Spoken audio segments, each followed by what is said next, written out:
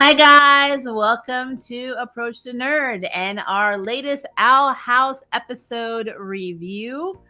I still have music playing. I'm still trying out this background thing that StreamYard is letting me do when I stream, so we're gonna see how that works. And I'm very excited to talk about this episode. My daughter, newsflash, will probably be popping in and out of this stream like now because she's going on a trip. Technically, she's staying with her girlfriend who's coming in from out of town. So I will not see her for over a week. So She's loving it. It's so amazing. Be gone, minion. Love the nose. Sorry. Love you too. All right. So, Owl House. Let's talk Owl House. Now, we had no Lumity in this episode whatsoever, which actually made me a little sad. But if I had to have no Lumity content this week, then having Eda get to see her dad, and especially having Lilith be in this episode, made everything a lot easier. So in this episode, Luce is still struggling on trying to figure out why she's not able to make a stable portal home. She's kind of desperate at this point, and she's trying to figure out a way to basically figure out what's wrong. At the same time, at the house, they're throwing Lilith a congratulations party because she got a job as a new assistant curator of the Supernatural Museum of History, which actually sounds really cool to me, and something I actually would check out. But she meets her old mentor, Flora Dispora, which I love how Luce is like, we really need to have a conversation on that name. I'm like, but she kind of belittles Lilith a little bit and, makes her feel like crap about herself, which makes, whenever Lilith has like low self-esteem, it makes her want to prove herself more. And that's exactly what happens in this episode. And Luce actually gets Lilith to help her try and figure out a way to go back in time and talk to Sir Philip Woodabane to try and figure out how he planned to get home and make portals, hoping that he would have some insight that would help her be able to do the same thing and create a door. So this was a very interesting episode. And we'll get into that in a second. And the second part is Eda'S mother and father are in town, especially the father. And Eda has not seen her father since she petrified him and, basically caused him to not be able to work anymore. Because if you remember anything about him, he used to be a very famous and sought after palisman maker. And because his hands were petrified and, everything that happened, he's not able to he can't make a palisman anymore. But we did learn in the episode that he is making palace seeds so that he can train other people in the art of making palismans. At first, I thought he was going to ask Eda to do it, but he didn't. But the entire part of the story with Eda trying to not see her dad, even down to the point where she puts on a black wig and pretends to be Lilith, was absolutely hysterical to me. Especially when her mother was like, "Does she really think I was going to fall for that? I know my children." And then, of course, we have King saying, "Just let her have it." I thought that was funny. I really love the fact that if you really break it down, and I'm going to get back to Luce's adventures in a minute. King is very much a part of Eda'S world to the point where she considers Eda to be her son, and her parents are actually calling King their grandson. And I am here for that. I don't know. I really love the fact that Eda has adopted King as her child. So I'm really happy that is something that they are playing off of and that her parents are completely accepting of that. And I don't know. I thought that was really cool. All right. So back to Luce and back to Lilith.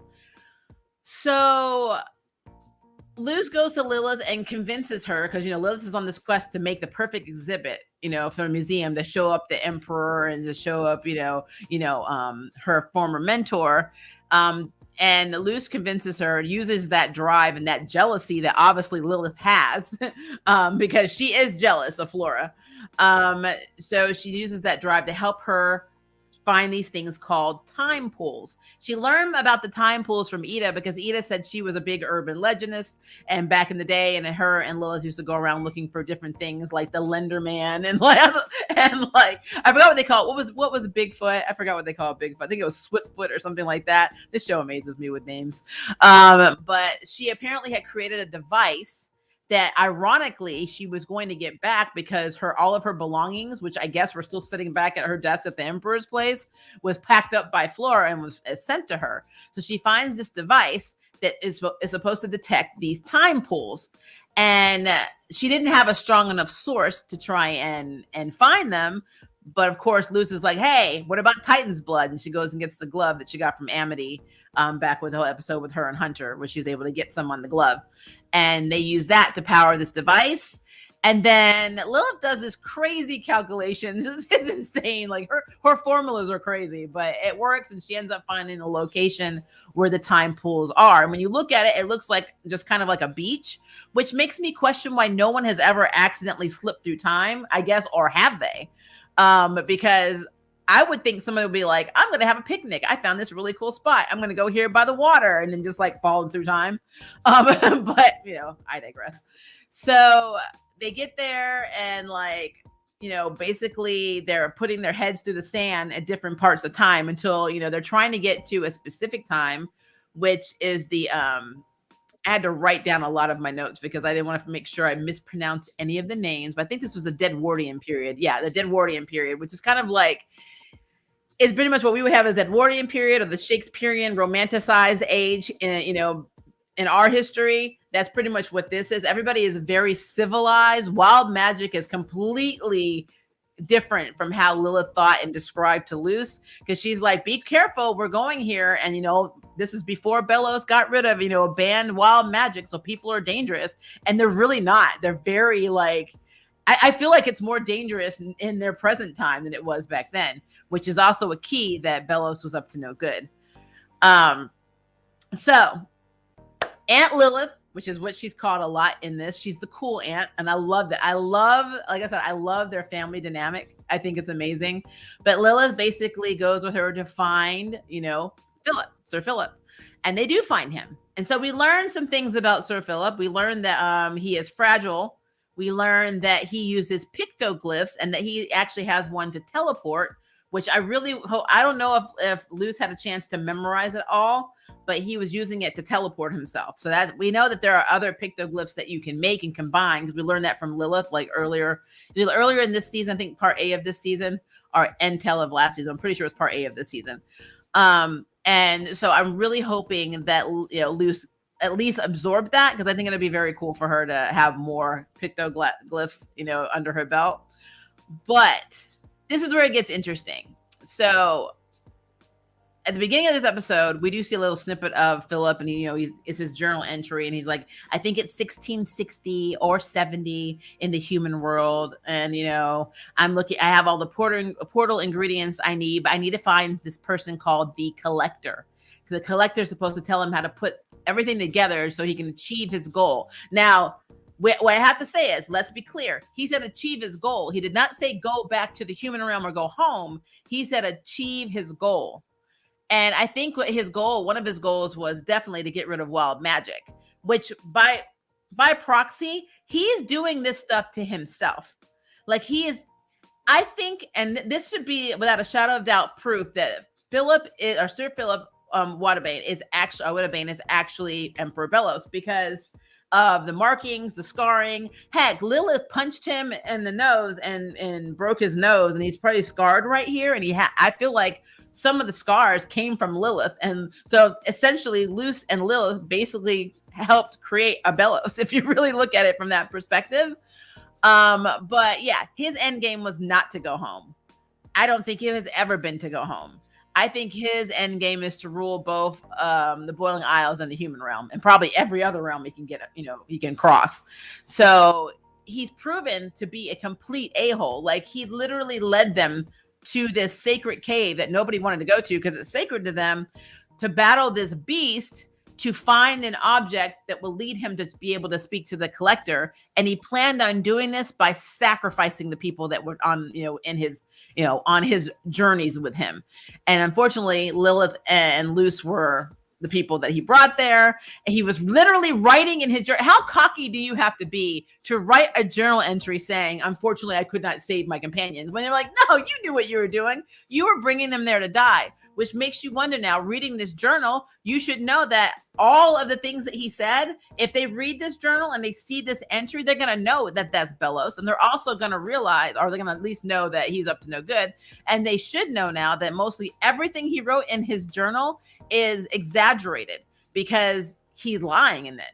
So then how can you take anything that he says seriously now? So Luce actually does, I don't know if she's dawned on her yet that she's at a more of a disadvantage because she was relying on these notes and these journal entries to try and figure out how to get home. And all of it is trash. So I don't know what that means for her journey and her trying to build her own, portal home. But, that's something to take into consideration. But I mean, he was willing to sacrifice them. Apparently, he sacrificed his previous partner, Blue Fang. And we saw in this episode that his brothers were like roughing him up and Luce saved him from them. But, I guess she just didn't know the whole story, that they had a reason to rough him up. But long story short, Lilith, it proves to be very instrumental and actually the cool aunt. And I did love her and I did love Luce's bonding. I thought that was really cute. I love that when they were facing the beast and Luce was like fighting the beast off with the pictoglyphs, that like Lilith had her eyes closed. She's like, Eda'S gonna kill me. Eda'S gonna kill me. If something happens to Luce, Eda'S gonna kill me. And I'm like, it's like because you took her daughter out without her knowledge and put her in danger. You got your niece, killed, and so now you're going to die. That's basically what it seemed like. I was here for it. I thought that was adorable. But Philip does get away, I guess, in a way, because they weren't chasing him. Lilith just punched him in the face. And they flew off. Now, the creature was actually like this stone sleeper creature that Lilith was talking about earlier. So it's almost like foreboding in a way. And she thought that Luce wasn't listening, but she was. And so instead of fighting it, she ends up like tickling it and petting it like she would a puppy. And it goes to sleep. And then they end up being able to ride this thing. I guess it was like, oh, you put me to sleep. We're friends now. So they were able to ride it around. So I thought that was cool. And I love that Lilith was nerding out on like the past architecture. She's like, look at this, and she's like writing it down, the statue, and then they're making their own stairs basically, and it was just really, really cool. I love how geeky and nerdy she is. I really do. Lilith is a very good character that I really hope they keep more in this season, being that it is the last one. I really hope this is not the last episode we see Lilith in, because that would be very sad. And again, I know they're not resolving this in the season. I heard that they're going to have a movie or two after this, but still, I kind of wanted Lilith to be a little bit more involved. But to be fair, I also want more of the gang involved, which is probably going to happen, because I did see I think it's in the next episode, we're going to see Willow being competitive, and so we're going to see, and then we're also going to see that I think Hunter is going to do this thing where he tries to infiltrate the school, so we're going to see Hunter again soon, so that's cool. But yeah, all in all, this was a pretty good episode. I do love that Eda and her dad were able to speak, because Eda feels so guilty about what she did and did not want to face her father at all. And it's nice that he was just like, hey, it's fine, And I love how he's like, give my love to Albert. One of my best memories is basically me and you carving him. I'm like, oh, it's so cute. So the dad holds no resentment towards his daughter for petrifying him accidentally. But Eda is the one that has all of this guilt. And I just think this is what I love about this show. It's a kid's show, but there's so many adult themes and elements to it that I just really love. And I just love every character. It's very rare to have a show where you actually love every character. Even the villains make sense to you in ways. So it's like very good writing to me. So, but yeah, I loved the adventures of Luce and Aunt Lilith, the cool aunt. I love it. And I really want her to hang around. But for me, this is irrefutable evidence that, for me personally, because I saw a lot of fan theories out there that said that Sir Philip was probably like Bellows' great-great-grandfather, or maybe, just an ancestor.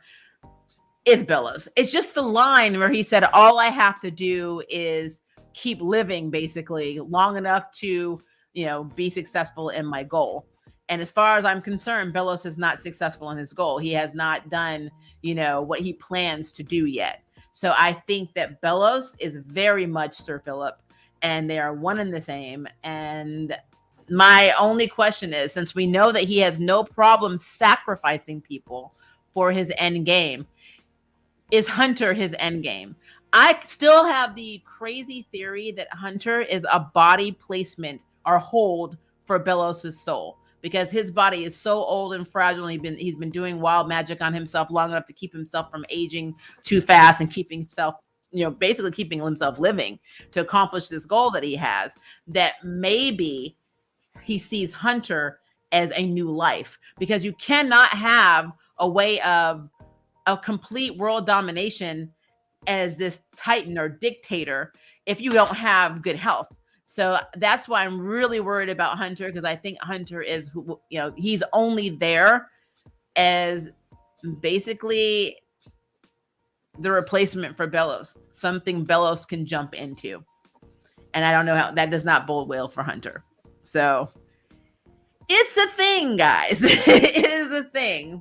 But yeah, I also love the fact that the prehistoric era is called the I think it's the pre-mysteric era in this. I love that. I love the naming system of this series. I absolutely love it. There's always a counterpart of a name from the human world in Boiling Isles. I just think that's really, really cool. So yeah, that is things. Let me look at the comments. Hello, Godzilla. Yes, you're most definitely the same character. There's no doubt about it. I'm sorry, Ray. I completely skipped yours. Is it possible Philip and Belos is one and the same? Could the wild magic and family comment about his twin or brother or whatever? Oh my God, so many fan theories. I don't think it's a twin. I think it's actually him. So that one. Yes, that's what I got after just watching the episode, that it seems to be the same person. I think they're one and the same. I really do. And then like the damage to his face already, I mean, it explains it. It's just funny that if you really think about it, it's Lilith and Luce's fault that some of those scars are on his face. I think that's funny. Luce, you created your worst enemy. Technically, he created himself, but she did not. Like, she aided him in a way. I don't really want to say aid, but she did. She showed him what she was about. And now if you really think about this, guys, maybe this is the reason Emperor Belos is so, I guess, if he has the memory of this encounter, he's so obsessed with Luce because he's already met Luce in the past. Maybe that's a thing too. I wonder if he has a memory of this, and maybe he treated Lilith like crap because she's the one that punched him in the nose. I don't know. That would be interesting if he has memories of this event. So is Hunter really family, or is he a clone meant to be a vessel for the day of the unity? Is Belos gonna still Hunter's pure, young, unhealthy, curse-free body? Yeah, that's what I think is gonna happen. Now, if he's a relative, I don't know. I kind of feel like the reason Hunter doesn't have memories of his past is because he was grown. He was created by Belos. I don't think he had a family. That's what I believe. It's sad seeing Eda this sad, seeing her dad after 20 years. I know, it's so bad. I love how she told him, she's like, he's like, I can't chase you anymore because, he's frail. And she's like, well, then stop doing it. I don't deserve it. I'm like, oh, don't do that. I love the notion of chosen families as a queer male. I love it as a queer female. I absolutely do. I have an extensive family overseas, but my family here on my dad's side did not like the fact that he married my mother. So we were disowned. And me and my dad do not have a very good relationship at all. So growing up, like, he worked a lot. He was military. And then when I got in my late 20s to early 30s, we just butted heads. And then we just never really recovered from some of the stuff. So it's a thing. It is a thing. And my dad, honestly, my dad is not a good person. So I have chosen family as well. I'm happy that King is a member of the Owl family. So am I. I love that. Like, I like when her father was like, I heard I have a grandson. I'm like, yes, establishment. But then it does bode the question, is he going to ever meet his bio dad? Because his dad wrote that letter and Hootie, he ate it. So what does that mean? So he has to, that has to be a story at some point. We have to get some closure on that. So that's a thing. And I wonder what the outcome of that will be. Godzilla, it is the guilt. She feels responsible for disfiguring him and ending their marriage and family by proxy. True. Nerd Lilith, Aunt Lilith is the best. Lilith is the best all around. I love Lilith's character. Luce and Lilith made this threat. I love it. And I love how when Luce says Aunt Lilith, she just doesn't even argue with it. She's like, yeah. And when she was about to die, she's like, Eda's going to kill me. I love it. I will tell you, though, the only problem I ever have with the Owl House is the food.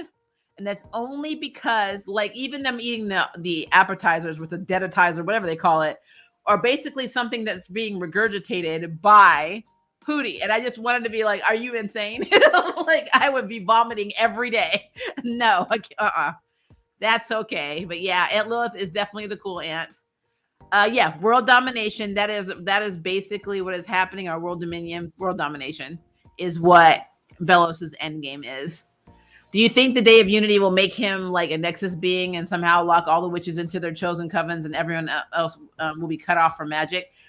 That, or the Day of Unity is Unity where he takes all of their magic. And then there is no more magic in the Boiling Isles. Because look how he said witches. You witches are blah, blah, blah. It's he literally seems like the reverse of Voldemort, whereas Voldemort hated people that were either half-bloods or had, no powers whatsoever, or muggles. I feel like he's in reverse. He wants everybody to be a muggle. Like, he doesn't want anybody to have powers. He wants to be the only one that has power, then he can rule over everybody else, and everybody else is just defenseless. That's what I think is happening. If I were loose, I would destroy that journal. I would too. Absolutely. I'm glad that there will be more Palismans in the future. Me too. I would love to see how a Palisman is made from seedling to end. I think that'll be a very cool, episode. We need more Luce and Aunt Lilith screen time. Yes, I'm really hoping that they bring her back in this season. Love their dynamic. Yep. Poor Eda, why is her life so tragic? Some of it is because of jealousy. Some of it is because of her. So part of it is like what happened to her with the curse was her sister's fault. But how she handled things, she chose to push everybody away because of the curse. Now you can make an argument that she doesn't want to hurt them. She didn't want to put them in this constant state of worry and blah, blah. It was easier to distance herself and make them like mad at her than it was to make them constantly worry. I get that. But she's a part architect of her own issues. So that's a thing. Hunter, watch out. Your uncle is up to something. Yes, he is. Hunter is about to be Ren from Star Wars. I know, right? Like, he's in trouble. He doesn't realize it. Where my brother's in the room. Can you say James Ray is a juror on my show? Hello, James. How are you, James? What if that twin brother is actually Hunter, but since it has no memory, it's because Philip or Belos was creating him? I mean, anything's possible. I just think that at the end of the day, Hunter was definitely created. And I think he was created to be a host body for Belos. Let's see. So was the Titan a standalone of Bud species? Like, how is there only one? And what did he like live or do all by himself at that size by himself? Well, to be fair, let's be clear now. Everything that everybody knows in the Boiling Isles, especially about the Titan, technically, is being explained now by Emperor Belos. So, I mean, one of the clues in that is when they were talking and Lilith talks about how wild magic is dangerous. And Lou said, well, why did Belos get rid of it? And she said, because Titan didn't like it. I don't think any of that happened. I think it's because Belos needed to get rid of wild magic. And he wanted to have it all harnessed for himself to keep himself younger and keep himself from aging as fast, I guess is a good way of saying that. We don't actually know what's going on with Titan. We don't know the whole Titan backstory. So that's probably something we're going to learn. I think a lot of the Boiling Isles is going to be turned upside down when they realize what's really been going on with their emperor and what the real plans are. But essentially, I think that he is trying to steal all of the magic and keep it for himself. The Day of Unity is him uniting himself with all of their magic. Because right now, he's not a natural born magic user. So because of that, he has to use pictoglyphs. Which I said it's interesting that in a man that is basically his only ability is pictoglyphs goes from being bullied in the alley by the two brothers of the brother you killed, basically sacrificed, to basically ruling all of the Boiling Isles and changing it. There's something to be said about that. So I'm really curious to see where they take this. Did the witch organ they have come after the Titan or simultaneously? Didn't they say they developed that magic sack at some point? They didn't always have it.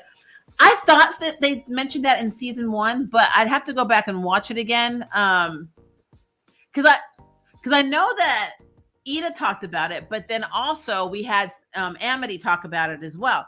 So I don't know which is accurate, but it was implied by Amity that you're just born with it. So I don't know. I'll have to go back and look at that again. So that is a very good question. So question mark, hold on that one. Wait, isn't this paradox since Luce and Lilith travel back in time and punch Bellows, pushing his hatred of witches over the edge and travels back to their present? I mean, I don't think they had to push it over the edge. I don't think they had to do much, honestly, to make him a crazier, because he was already an a-hole, or what did she call him, a jerkweed? But I do think that they did not help the cause by going back. So there's that. But what's so weird to me is that he didn't realize that Luce was like him. So yes, she technically is a witch, but her version of magic is not natural magic. It's pictoglyphs like him. So they have a lot more in common, and you would think that he would ask her about that. Like, why can't you use this? Where did you come from? You know, blah, blah, blah. You're from the human realm, blah, blah, blah.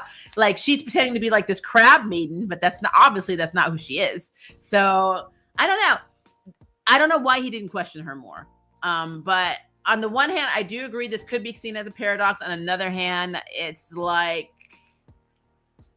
in my mind, there's a lot that could be seen as a paradox without them going through it back and forth through time in this series. There are a lot of actions that occurred between season 1 and now that could really have spurned a lot of decision making by Bellows. So, but I will say this again, and I said this earlier in the stream: if he has a memory of meeting Luce and he has a memory of Lilith punching him, it explains why he treated Lilith like crap, and it explains why he's obsessed with Luce. Because he knows he recognizes her as the woman or the young girl that he met in the past when he was obtaining all of this, information to get to, or trying to get the collector. And then what is the collector? What is this omnipotent power that's going to help him with his goal? Because obviously it's not to go home. So what is the collector, and what do you have to give the collector? Because he found that little mirror. What is it, like this little oblong, whatever it's called, like mirror-like thing that looked like, I'm thinking is more like from Snow White with mirror on the wall. I don't know who or what the collector is, why the collector would help, Philip basically in the first place, unless there was an end game on that end. I mean, there's a lot of questions there. It would be really weird if Hunter ended up being the collector and I have memory of that, but I don't think that's true. I really think that without a better way of saying it, Hunter is a test tube baby. I mean, that's what I think. But we'll see. We will see. It's a paradox, but not a loop? ? I mean, I don't know. I mean, it could be a full circle loop. Like I said, when the day of Unity comes, I think we're going to learn a lot. And I think it's like a month away from where they are now. So there's that. We need to learn more. I'm also curious to see what Amity's parents have been building or making for the Emperor. Because remember, they were using their factory to make, these abominations that are supposed to be super powered soldiers. Why would you need that on a day of Unity? So there's a lot that is interesting to me about this. I'm thinking this is going to be a very action-packed day of Unity where a lot of people and characters are going to have to fight. And I am here for it. I'm excited for it. I just cannot wait to see what happens. I want to know what was in that letter that King's dad wrote. I feel like it clears up a lot of unanswered questions. I do too. I hate that Hootie. I love Hootie. He's annoying, but I love him and his heart is in the right place. But why do you keep eating shit? Stop eating important information. I mean, why are you doing this? So, but I'd rather he eat stuff than regurgitate, hors d'oeuvres onto a plate. That's absolutely disgusting. Was he trying to get close to Lilith to keep her on oath for the current timeline to transpass? Possibly. I think all of the events that unfolded, he knew were going to unfold because he knew eventually he was going to meet them at some point.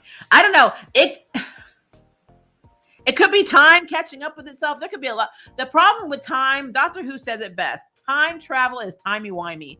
I mean, sometimes you have a fixed point. Sometimes you have a plot hole. Sometimes you have nothing. It all really depends on the outcome. But I mean, just the way he is obsessed, Bellows is obsessed with Luce. This to me is a good indicator of why, because he's already met her in the past. So that would be interesting. Bellows is creating a superpowered army, and the Abomination is to stomp out the resistance, if any, but I doubt, because he has them so far up his magical MAGA rallies. Well, what's interesting to me is that again, Day of Unity sounds like the 60s, with Woodstock and Flower Children, and everybody just chill and be happy and free. Day of Unity. But we also have these superpowered abominations, like, just in case you resist. Why the need for resistance for something that's supposed to be a day of unity? You see, it's a contradiction and it's an oxymoron. So I don't know. It's interesting. Strange Supreme ain't afraid of no fixed points. That's because Strange Supreme isn't afraid and doesn't worry about anything. But we're not talking about Marvel's What If. So we're talking about the Owl House. And the Owl House, they should be very afraid of fixed points and things like that, or of that nature. But yeah, this episode was really cute. I liked it. Like I said, anytime I get some Lilith action, I'm happy because we haven't seen Lilith in a spell. I'm more excited now that we're going to go back to Hexside because we haven't been to school for a while. Like, not really. We still have the stairs of the school, but we really haven't been to school for a while. So I'm interested in them going back to school. I'm interested to see how Hunter infiltrates the school. I'm interested to see what Willow is planning because Willow's going to have a little bit of a focus episode coming up, and I'm very excited about that. So there's a lot, actually. There is a lot. I think the Collector is a witch with the ability to siphon magic, but on a grander scale, since Bellos is all right with screwing with people, so she could be the conduit to taking all that magic. I agree with that. I think that's the end game. That is, to me, it's the only thing that makes sense. And I think Hunter is basically the body on standby because once all this occurs, I think the Emperor's body is going to give out and he's going to need somewhere to go. And he's going to abandon his old body. What will be really messed up if he switches souls. So he takes, the Hunter's soul and puts it in his old body and puts his soul in Hunter's body. And there you go. And that would be so messed up. Hunter's going to end up dying as Bellos, undeservedly, But I don't think that's going to happen because I think that Luce and the gang are going to save. Team Luce is going to save the day because that's what's going to happen. Unfortunately, it may not happen at the end of this season because, again, they did say that they were going to continue the story in movies. I think it was 1 or 2 movies planned. So if that is true, and this is the end of the season, we're going to be left on a huge cliffhanger until the movie comes out. I'm already like, no, I don't want that to happen. Well, and it could go the other way. They could resolve all of it, and then Luce goes back home, and then she wants to go home. We got some like Kagome Inuyasha type of situation where the bone eater's well is gone and they can't go back home to each other. It could be something like that where the door between their worlds is closed permanently and she's stuck on the other side. And then in the next movie, something brings her back to the Boiling Isles maybe a year or 2 later, which would be it'll break my little Lumity heart. And it'll break my heart for Eda and them too, because they are really bonded to her. But that could be something that happens. She could actually have to go home and be stuck on the other side. So I'm hoping that's not what's going to happen, but it could be what happens. Wasn't he using the basilisks for their magic siphoning ability? Like, didn't he breed or create them back to a population? I thought so. Like I said, there's a lot. When you really think about it, we probably should go back to season 1 and just start rewatching just to get these little clues that are now apparently being put into play in this season, this half of season 2. So I do think that is something that could be happening. But again, the end game is still the same. I think Bellos wants all of the magic for himself. And I think that he has a disdain for the citizens of the Boiling Isles. And I think he thinks a good witch is one that he has no power and that he can control fully. That's what I truly believe. I need an episode where Eda and Lilith go on an adventure together like they used to when they were younger. I really wish that Eda had gone with them, but then she wouldn't have had that moment with her dad. So I guess I can accept that, as a trade-off. But yeah, it would have been really cool to have the sisters go find the time pools together. I think that would be really cool, but it didn't happen, unfortunately. But you know what? We still got more episodes. And so as long as they keep Lilith around, I'm hoping that the museum for supernatural history is actually in the part of the Boiling Isles that Eda and them live. And that way she doesn't have to go back home to her. Lilith doesn't go back to the parents' house, which seems to be further away. I don't know if that's true. I don't have a map of the Boiling Isles, but it'd be really cool if the museum she's working at is actually part of the Boiling Isles. I would be completely cool with that. So I don't know. We'll see. We will see. What if King legit is the heir to the Boiling Isles after this Belo saga? I think that might be what's happening. I think that he may have, I think the king, because if you really look at the Didwarian age, it looked like a castle type environment, like a kingdom type, like almost Camelot-esque. Like Camelot is like, I think, a huge reference actually that I would use if I was comparing how it's like a spin, a dead off spin, or like a Gothic spin of Camelot. So it would make perfect sense if he was the prince and heir to the throne of being the king of the Boiling Isles. And then that would put more skin in the game too, to try and get his kingdom back. I mean, it's just, all of it's exciting. This is a really good story. I am very excited on where this could go, because it literally can go in any direction, and I'm not mad at it. So I'm super excited for that. So we'll see. We will see. This is the last comment I'm going to read. I wonder if the Titan's armpit is like this dense forest and the pelvis is like the swamp area. I'm done with you, Ray. I'm done. And again, hello, James, Ray's brother. Welcome to the stream if you are tuning in. We appreciate you being here with the rest of the jurors. So awesome. But we are 35 minutes, or almost 36 minutes in. I need to film my Kung Fu videos. So, because I am doing Kung Fu 2 and 3, episodes 2 and 3 reviews today. So I can get them posted, because I also have a voiceover job and I have a class. So I need to make sure I have everything done for today and posted. But you guys are amazing. Thank you for hanging out and talking about one of my favorite cartoons, The Owl House, and speculating. If you guys have any theories, questions, concerns, make sure you put them below so we can keep the conversation going. And if it is day for you, have a very good day. If it is evening for you, have a very good evening. And I will see you in my next videos and in my next streams.